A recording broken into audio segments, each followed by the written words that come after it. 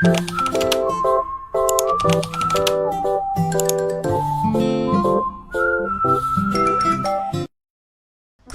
ميناسان، اهلا بيكم في فيديو جديد. النهارده هنجرب مع بعض العاب الجاتشا اللي البنات بتحب تلعبها كتير. هنقارن ما بين لعبتين، واحده اسمها جاتشا لايف والتانية اسمها جاتشا وورد.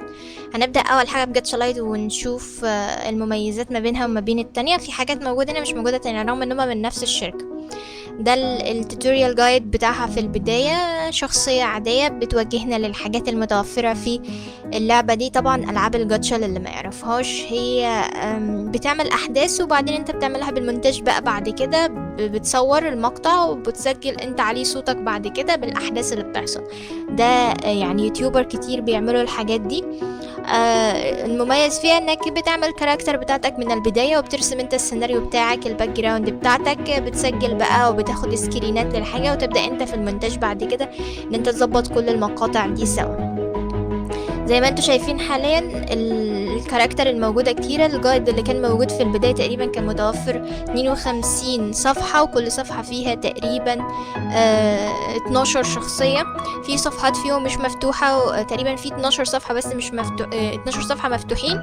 12 في 12 بقى اضربوا ب 144 كاركتر متوفرة عندكم. بقية الصفحات مش مفتوحة، وطبعا كل كاركتر منهم مش موجودة زي ما هي قدامك كده بس، لا ده قابلة للتعديل كمان. يعني انت لو حابب تعدل عليها اجزاء معينة، يفضل لو هتعمل ليك على اليوتيوب زي ما احنا اتكلمنا قبل كده برضو في مجال الفيتيوبر، لو هتعمل برضو شخصية جاتشا ليك يفضل تكون شخصية بعيدة عن الشخصيات المتوفرة في الابليكيشن وكده، عشان لو في حقوق طبع ونشر من اللعبة وما الى ذلك. ولكن اعتقد يعني كل الكاركتر دي متاح ليك انك تستخدمها، لان هو ده الهدف من اللعبة. بعد كده بامكانك انت تختار كاركتر. احنا جربنا ان احنا نختار كاركتر معينه، وجربنا ان احنا نعمل لها اعاده تدوير بقى بمعنى اصح، ان احنا ايه نغير لها ملابسها كلها بالكامل، نغير لون شعرها ونغير لون جسمها كله على بعضه. كنا بنجرب. وكمان لو تلاحظوا في راندوم اول، يعني ايه في الجنب كده انك تضغط عليها فهو يعمل لك كاركتر هو من دماغه. وبرده راندوم كولر يعني يختار هو الالوان بتاع الكاركتر عموما. فهنا انا كنت بحاول ان انا اشوف الاستخدامات بتاعتها، التشنج بتاع الجسم والتشنج بتاع الالوان بتاع الملابس اللي هي لابساها، وكل الحاجات دي انا فضلت ان انا اجربها فيها عشان اشوف مدى استجابتها معايا والاختيارات او الاوبشنز اللي موجوده فيها. وبصراحه يعني هي فكرتها حلوه، يمكن نعمل منها فيديوهات بعد كده، بس هتعتمد بقى على قوه المونتاج، واحنا لسه على الله حكايتنا يعني لسه في البدايه.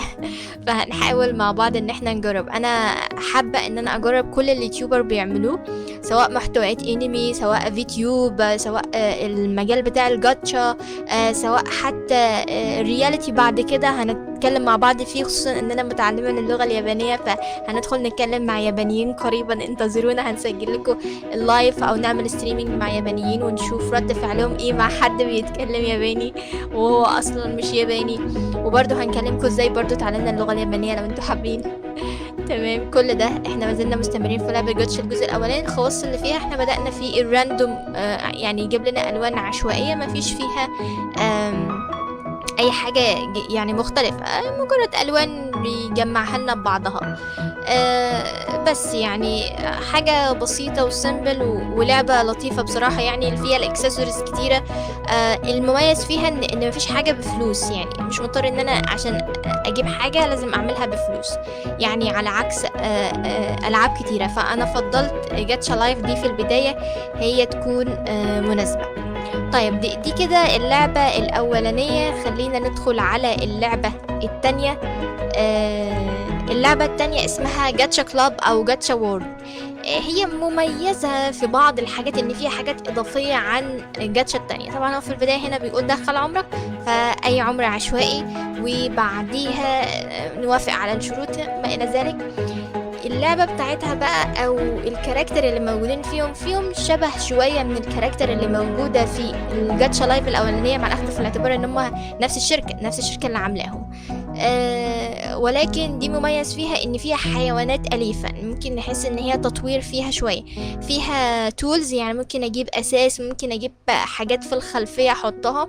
فيها حيوانات اليفة، وكل ده يعني مجاني، مش في حاجة ان انا اقدر اشتريها، لا كل حاجة مجانية. بالاضافة ان هي فيها تقريبا عدد الكاركتر المتوفرة زيها زي جاتشا لايف. زي ما انتم شايفين حاليا، تحسوا ان اصدارها كده بشكل اللي هي الشخصيات اللي هي كول قوي، مش زي التانية تحسها كيوت اكتر. دي اللي هي الشخصيات الكول. فبرضه هي فيها نفس الاوبشنات بتاعه تغيير الملابس وما الى ذلك، وفيها شخصيات جديدة يعني. يعني التعامل بتاعها افضل. يعني انا لما هاجي اسجل او اعمل حاجة هختار جاتشا كلاب او جاتشا وورلد، دي هي هتكون افضل اختيار بالنسبة لي، لان التانية يعني موديل كيوت قوي كده، مش بيبقى في خدمة القصة، او خصوصا لما تكون بتحاول تحكي حاجة حماسية او عايز تعمل حاجة فيها قتال او كده. فانا حاسة ان اللعبة دي هي اللي بتخدمني، او جاتشا كلاب هي اللي بتخدمني اكتر. زي ما قلنا ان المميز فيها برضو ان فيها كاركتر 144 كاركتر، وتقريبا متاح فيها برضو صفحات كتيرة، كل صفحة فيها تقريبا 10 شخصيات، وكلهم شخصيات مختلفة تماما عن اللعبة التانية. وزي ما قلنا المميز فيها ان في حيوانات اليفة ممكن ان احنا نضيفها ونتعامل معاها. في حيوانات اليفة كتيرة جدا. طبعا كل دي كاركتر شغالة قدامنا، نقدر ان احنا ايه يعني نعتمد عليها. انا حبيت الشخصية اللي هي تحسه شكله غلبان في نفسه كده، بس هو سمكة شكله سمكة. واخترت الكاركتر دي وفكرت ان انا ايه ممكن ان انا احاول ان اعدل عليه بعد كده. ولكن خلينا نشوف بعض الخيارات اللي موجودة في الاستوديو. في الاستوديو بقى انت لو عايز تعمل نزل الكاركتر بتوعك كلهم، فانا قررت ان انا انزل الكاركتر دول كلهم، بعمل لهم احصائية كده. ده الاستوديو اللي احنا بنبدأ ان احنا نصور فيه، يعني نحاول ان احنا ايه نحط الكاركتر بتاعنا ونبدأ ان ما نحركهم بالعلامات بتاعت كليب وموف والحاجات كلها اللي في الجنب دي وشات والكلام اللي في الجنب ده بقى نقدر نتحكم فيه في الكاركتر، نعمل لها احداث، وبنسجل الاحداث دي بشكل صامت، وبعدين نرجع نعملها في المونتاج بعد كده. كان في شكوى من بعض الناس وانا كنت بحمل اللعبة، كانوا كاتبين في التعليقات بتاعت اللعبة وانا بحملها، كان عندهم شكوى بيقولوا ان مشكلة اللعبة انها اول حاجة مش بتدعم اللغة العربية. يعني مش عارفة، ممكن دي حاجة مش مؤثرة في حاجة، يعني مفيش فيها مشكلة في حاجة يعني خالص نهائيا يعني. تاني حاجة كانت المشكلة عند الناس ان اللعبة احيانا بتعلق لما بيبدأوا يتسجيل او يبدأوا ان هم يسجلوا الاحداث في اللعبة، او جاتشا دي بتقوم معلقة كده فجأة، فالشخصيات ما بتمشيش بشكل سلس. فبيكون التعامل بتاعها مش كويس، او يمكن ده راجع لان الموبايل ممكن يكون ضعيف ذات نفسه او كده. غير كده انا بصراحه مش شايفه فيها حاجه، شايفه ان هي كويسه جدا ومفيش فيها اي حاجه. اللغه العربيه والتأييد ده يعتمد على قوه الجهاز. بالمناسبه انا شغاله على تابلت، فما كانش فيه اي سلاسه، تابلت جالاكسي عادي، فكان كان سلس عموما في التسجيل لما جيت اسجله كده. بس ده حاليا بقى يعني المشكله اللي انا واجهتها بقى اني مش عارفه احط باك جراوند مختلفه عن الباك جراوند الموجوده دي. الا بقى لو انت اخترت من الحاجات اللي هي تاثيرات بصريه زي ما كانت موجوده دلوقتي، ودي بصراحه ما فضلتهاش، ما كنتش لاقيه خيار ان اغير باك جراوند واحط باك جراوند من عندي. فانا مش عارفه ازاي اغير باك جراوند. يمكن جاتشا التانية اللي هي جاتشا لايف كان فيها ان انا اغير باك جراوند اللي هي الالوان، فكنت بعمل اللي هي الكروما الخضراء، فكنت انا اغير الباك جراوند عادي في المونتاج. لكن دي انا ما لقيتش فيها حتى الكروما الخضراء، فمش عارفه ازاي اغير الباك جراوند حتى بعد كده. مش عارفه اذا كانت متوفره وانا مش لاقياها ولا لا، ولكن ممكن نقول نوعا ما ان هي يعني حتى هنا فتحت باك جراوند وقعدت ادور في قدامي 15 باك جراوند، فكلهم زي بعض حرفيا. طبعا انا كنت ضفت هنا الحيوانات الاليفه، واحنا عمالين شغالين نتكلم الحيوانات الاليفه كلها اتضافت، وحاولنا ان احنا نعملها على قدر الامكان نخليها شكلها كويس. في رايكم مين الافضل، جاتش الاولانيه ولا جاتش التانية؟ بصراحه هما الاتنين بيكملوا بعض، يعني ممكن نعمل ميكس ما بين دي وما بين دي. وفي النهايه ممكن عشان خاطر المونتاج وعشان خاطر الباك جراوند اللي انا ما لقيتهاش كروما، او ان انا اغير باك جراوند في جاتش كلاب التانية دي، فاحتمال ان استخدم الاولانيه عشان خاطر الباك جراوند. لو انتوا عارفين او لعبتوها قبل كده ازاي ان انا اغيرها، يا ريت انكم تقولوا لي ازاي ان انا اعمل كده في لعبه جاتشا كلاب. اتمنى انكم استفدتوا المره دي، وتقييمي مبدئيا ان انا افضل اللعبه الاولانيه. سايونارا.